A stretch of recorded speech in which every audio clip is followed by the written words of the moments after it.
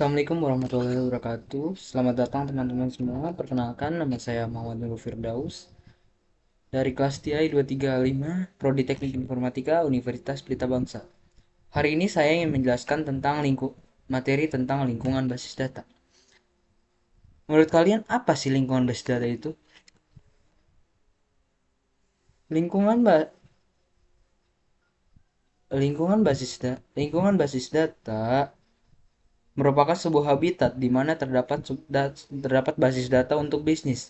Pengguna memiliki alat untuk mengakses data untuk keperluan bervariasi, seperti data mining, manipulasi data, dan lain-lain.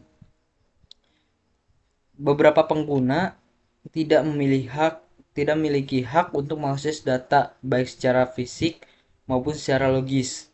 Dan tujuan utama dari sistem basis data adalah menyediakan pemakai melalui suatu pandangan abstrak mengenai data dengan menyembunyikan detail dari bagaimana data disimpan dan dimanipulasikan. Arsitektur basis data mengacu pada struktur atau rancangan sistem yang digunakan untuk mengatur bagaimana data disimpan, diakses, dan dikelola dalam suatu organisasi atau aplikasi. Arsitektur basis data sendiri terdiri dari beberapa level yang mencakup level eksternal atau level view, level konseptual, dan level internal atau level fisik. Level eksternal adalah level yang berhubungan langsung dengan database. Pada level ini, pengguna hanya bisa melihat struktur data sesuai dengan keperluannya, sehingga setiap user bisa memiliki pandangan atau view yang berbeda dari user lainnya. Level konseptual menjelaskan tentang data yang disimpan dalam database dan hubungan-hubungan antara data tersebut. Level internal menggambarkan bagaimana data sebenarnya disimpan. Pada level ini, didefinisikan alokasi ruang penyimpanan data, deskripsi data dalam penyimpanan, kompresi data, dan enkripsi data. Selanjutnya, data independence. Data independence mengacu pada konsep bahwa aplikasi atau program yang menggunakan basis data tidak harus bergantung pada struktur fisik atau logika internal dari basis data tersebut. Konsep ini diperkenalkan untuk memisahkan antara cara data disimpan dan diakses dengan cara data digunakan dalam aplikasi. Terdapat dua jenis data independence. Yang pertama adalah physical data independence. Physical data independence mengacu pada kemampuan untuk mengubah struktur fisik atau penyimpanan basis data tanpa mempengaruhi program-program aplikasi yang mengakses data tersebut. Contohnya, jika kita memindahkan basis data dari satu server fisik ke server fisik lainnya, aplikasi yang menggunakan basis data tersebut tidak perlu diubah selama antar muka komunikasi dan akses data tetap sama. Physical data independence memungkinkan perubahan pada infrastruktur teknis basis data tanpa mempengaruhi cara aplikasi menggunakan data. Yang kedua adalah logical data independence. Logical data independence mengacu pada kemampuan untuk mengubah struktur logical basis data tanpa mengganggu program-program aplikasi yang mengakses data tersebut. Selanjutnya, kita akan membahas tentang DBMS. DBMS atau Database Management System adalah suatu sistem perangkat lunak yang memungkinkan user atau pengguna untuk membuat, memelihara, mengontrol, dan mengakses database secara praktis dan efisien.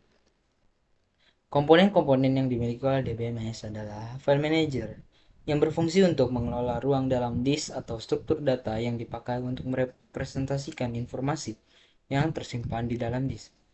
Database Manager. Database Manager berfungsi untuk menyediakan interface antara data low level yang ada di basis data dengan program aplikasi dan query yang diberikan ke sistem. Selanjutnya ada Query Processor yang berfungsi untuk menerjemahkan perintah-perintah dalam query language ke perintah low level yang dapat dimengerti oleh database manager. Selanjutnya keempat ada DML Precompiler yang berfungsi untuk mengkonversi perintah DML yang ditambahkan dalam sebuah program aplikasi prosedur normal dalam bahasa induk. Yang terakhir ada DDL compiler yang berfungsi untuk mengkonversi perintah-perintah DDL ke dalam sekumpulan tabel yang mengandung metadata. Tabel-tabel ini kemudian disimpan dalam kamus data. Fungsi-fungsi yang dimiliki oleh DBMS antara lain adalah pendefinisian data yang meliputi penentuan tipe, struktur, dan batasan data yang akan disimpan dalam basis data. Konstruksi data yang meliputi proses penyimpanan data dalam database yang pengendaliannya diatur oleh DBMS. Manipulasi data yang berfungsi untuk menampilkan data, mengubah data, serta menampilkan data yang ada dalam bentuk laporan. Untuk keamanan dan integritas data, dan juga menyediakan data dictionary. Terdapat dua bahasa yang digunakan dalam DBMS. Yang pertama adalah DDL atau Data Definition Language yang digunakan untuk mendefinisikan struktur objek dalam basis data seperti tabel, indeks, dan tipe data. DDL berupa perintah-perintah yang digunakan untuk menjelaskan objek dari database. Dengan kata lain, DDL digunakan untuk mendefinisikan kerangka database. Selanjutnya ada DML atau Data Manipulation Language. DML digunakan untuk melakukan manipulasi data dalam basis data seperti pengambilan, penyisipan, pembaruan, dan penghapusan data. Terdapat dua jenis DML yaitu Procedural DML dan Non-Procedural DML. Procedural DML digunakan untuk mendefinisikan data yang diolah dan perintah yang akan dilaksanakan. Sedangkan Non-Procedural DML digunakan untuk menjabarkan data yang diinginkan tanpa menyebutkan bagaimana cara pengambilannya. Selanjutnya kita akan membahas tentang Data Dictionary. Data Dictionary adalah sebuah koleksi metadata yang menggambarkan struktur, definisi, dan hubungan antara objek data dalam suatu basis data atau sistem informasi. Data Dictionary biasa disebut juga dengan metadata atau data mengenai data. Data Dictionary berisi tentang nama-nama user yang mempunyai wewenang untuk menggunakan DBMS, nama-nama item data yang ada dalam database, jenis dan ukuran item data, dan batasan untuk masing-masing item data. Selanjutnya kita akan membahas tentang model data. Model data adalah sekumpulan konsep-konsep untuk menerangkan data, hubungan-hubungan antara data, makna data, dan batasan data.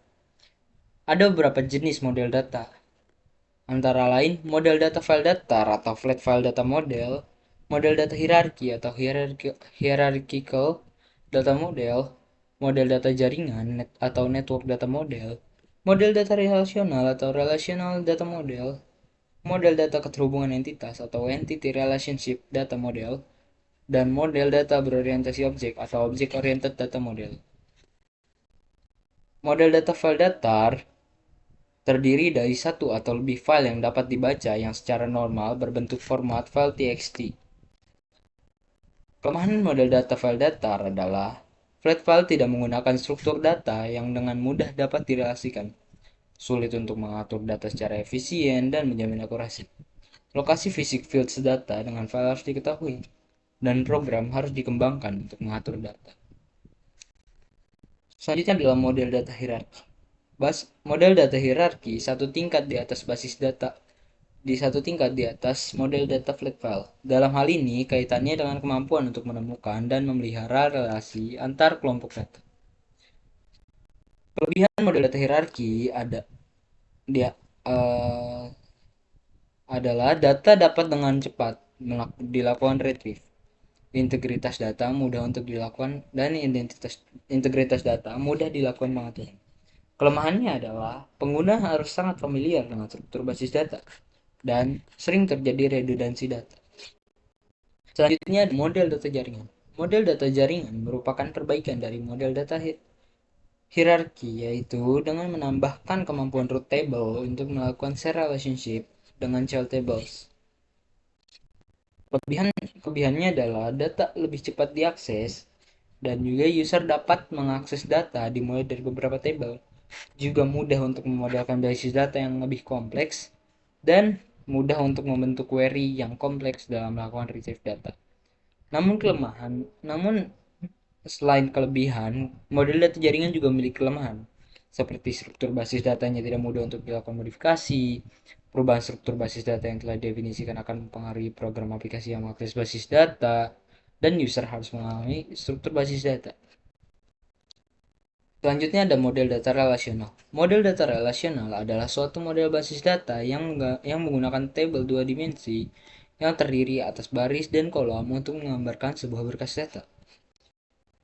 Kelebihan model data relasional adalah data sangat cepat diakses, struktur basis data mudah dilakukan perubahan, dan data direpresentasikan secara logik sehingga user tidak membutuhkan bagaimana data disimpan.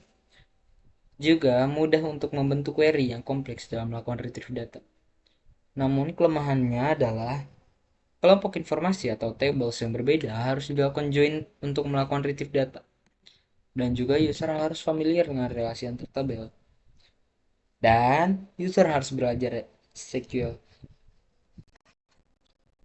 Selanjutnya ada model data keterhubungan entitas.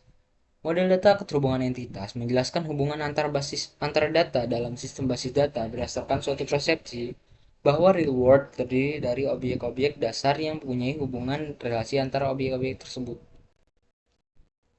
Keterangan simbol YARDI adalah yang kotak untuk menunjukkan objek dasar atau entitas.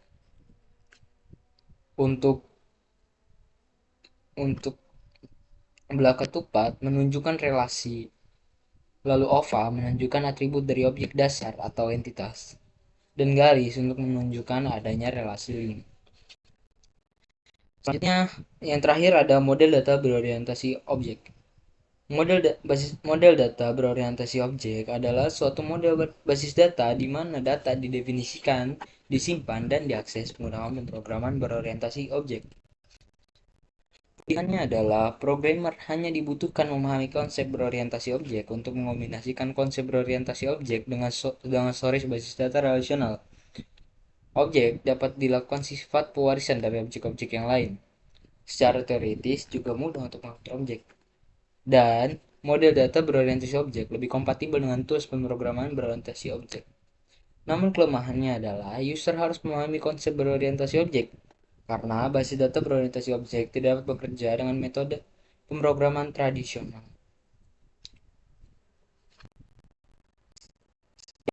Ya, terima kasih telah menonton. Jangan lupa like, subscribe, dan share jika video ini membantu. Terima kasih. Apabila ada salah kata mohon dimaafkan. Wassalamualaikum warahmatullahi wabarakatuh.